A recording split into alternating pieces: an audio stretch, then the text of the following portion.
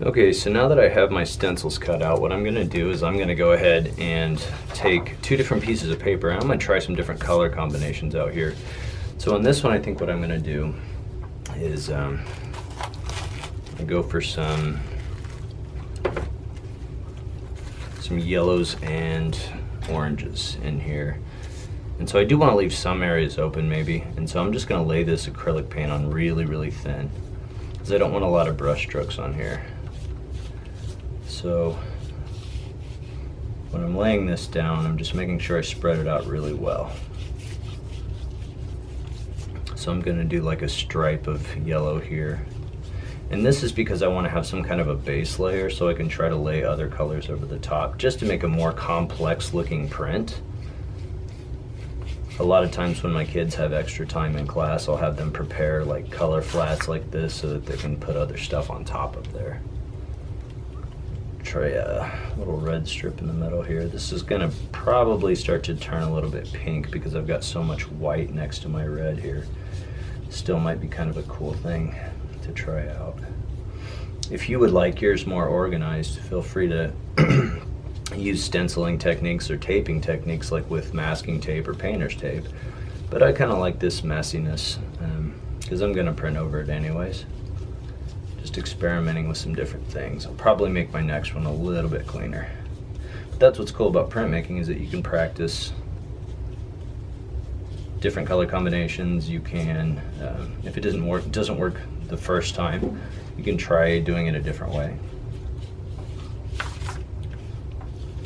I kind of like that organization there. And here I'm going to go for some mixtures. Ooh, got some blue in there. I'm going to turn a little bit green. Go ahead and mix in some red with my yellow to try to make some kind of an orange over here on this side. Again, just making it really as thin as I can so I don't have a lot of brush strokes. I'm just spreading my paint out. Plus it dries a lot faster too, and I can get to the actual printing of my objects. Okay, so your paper's going to want to curl up on you like you can see mine's doing. So you want to make sure you're using a drawing paper, like paper from a sketchbook. You wouldn't want to use copy paper for this because it would just get destroyed. So I'm going to let that go. Let that dry a little bit. Once it's totally dry, I'm going to come back and I'm going to start layering different stencils over the top. Like on this one, I'm going to get maybe more into the cooler end of things. Get some blue involved, maybe a little bit of white. We'll see what happens. Definitely don't like the green that's happening there, so I'm going to switch brushes. There we go. I'll cover that up with a little more blue. Don't make it too muddy.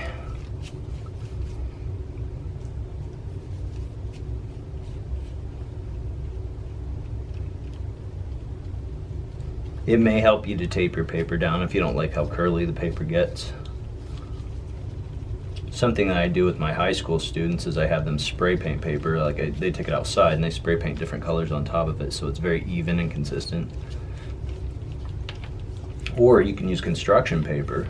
That cuts through this whole step. Just give your students different colors of construction paper to print over the top of so that they can see what happens when they put one color of a print on top of another colored background.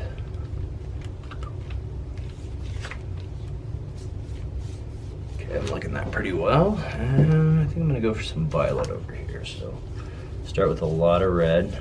So you can see that I'm using a lot of the color theory stuff that we've been talking about. And then I'm going to mix just a little bit of blue in with this to get a nice violet, hopefully.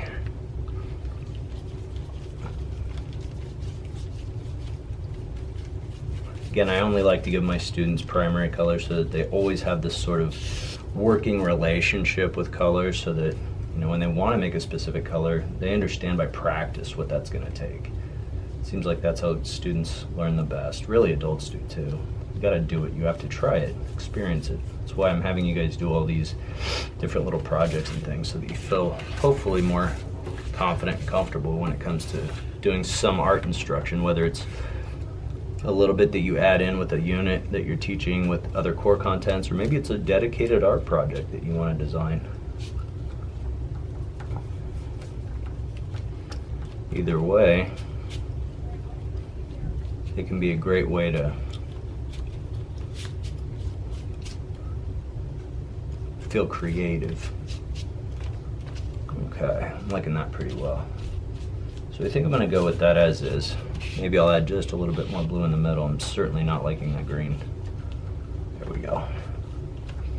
So I've kind of got some different color swatches to work with, and then next I'm gonna be trying to print different brighter things or contrasting things over the top of this, just to see how that's gonna work with my stencils. And then I'm gonna try some vegetable prints on top as well. So I'm gonna let that dry. We'll get back here in just a minute.